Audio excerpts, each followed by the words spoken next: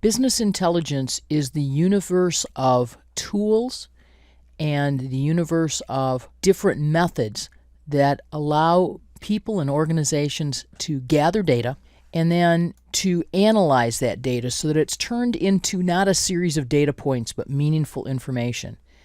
And given that analysis, then they can provide some illustrations, some visualizations that will support better decision making among the group of people that share access to that information. In SharePoint Online and Office 365 right now, we have several tools that are available to us. First, we have Excel 2016. Not Excel Online, it's not a strong enough tool, but the business intelligence features in Excel for the desktop itself are incredibly strong. Not just in 2016, but in Excel 2013 as well. Next, we have SharePoint Online. As we saw in a prior movie, we can create a business intelligence center. That's one of the things that we can do with SharePoint Online. But something else that we can do with SharePoint Online is we have the ability to be able to share and view the Excel workbooks that we create. And we have lots of options, including the ability to specify how our Excel workbook will appear in a browser.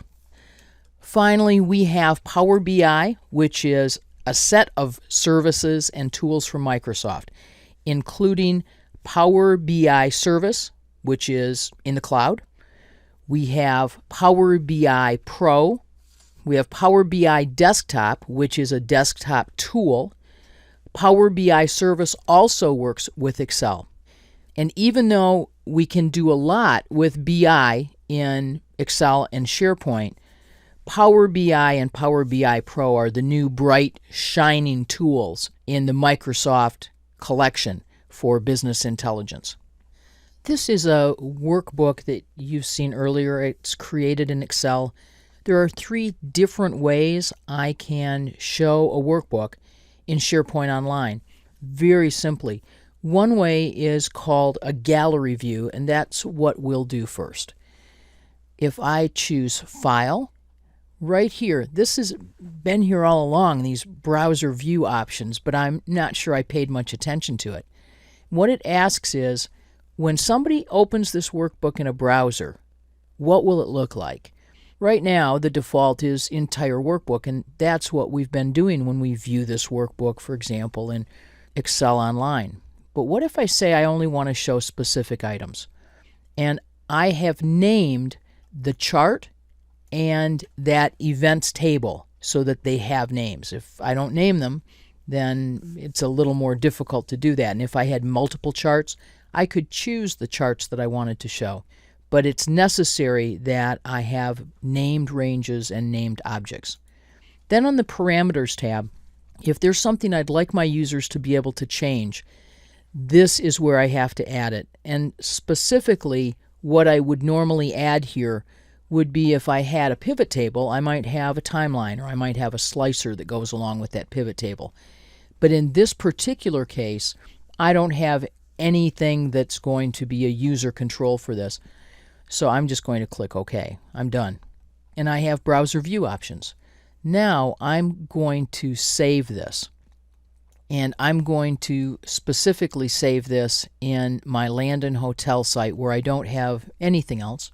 It won't confuse us at all for it to be there because I have a different version of this workbook in one of the existing libraries in our San Francisco Landon site. So let's find out where we are. We're at All Site Content, Shared Documents for the Landon Hotel Intranet. That's great. Notice, by the way, that there are some browser view options right here. The button's been here too, and in both cases I've simply not paid a lot of attention to where it's living. Right back here. But I would like to put this into my Shared Documents library, and I'm going to save this. Now let's go to that library. Here we are in the library, and I simply want to click on this to open it in a browser. Normally this would open displaying the entire thing in Excel Online, but this experience is going to be different because I've changed what items or objects in this workbook should be published. I didn't need to make much of an investment of time to be able to create this gallery, which looks great. I have two different items here. I have the events chart and the events table, and when I click on the events table, that will be displayed. On the left-hand side, I have the ability to display a task pane that has filters and other information on it. And actually, if I had added some parameters like filters, they would already be displayed there. Rather than needing to scroll, every item that I click in my gallery gets the full use of my browser window. There's one more way that I can display information from Excel in SharePoint, and that's with the use of an Excel Web Access web part. If I don't want to display this in Excel Online, if I simply want to be able to render the information out of Excel in a tried and true SharePoint web part, that's the way to go. If I had 7 or 8 different elements that I wanted to publish, they would all be here on the right-hand side in my gallery. A simple click, and I'm displaying a new element out of my Excel workbook. Imagine then that you want to be able to report on different aspects of your business, on different aspects of a capital campaign, on different events. Rather than having someone scroll through a workbook, you can choose what needs to be featured and display it in a browser right here in SharePoint. The alternative to this method is using a web part made particularly for this purpose called the Excel Web Access web part.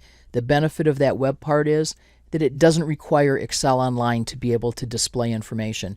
This is a web part that's been with us for a while and is another way that you can present Excel data in SharePoint. No matter how you decide to show Excel data, Excel itself is such a great tool for connecting to data, for analyzing data, for creating visualizations. It's a great way to be able to provide critical business information in an easy-to-use format here in SharePoint.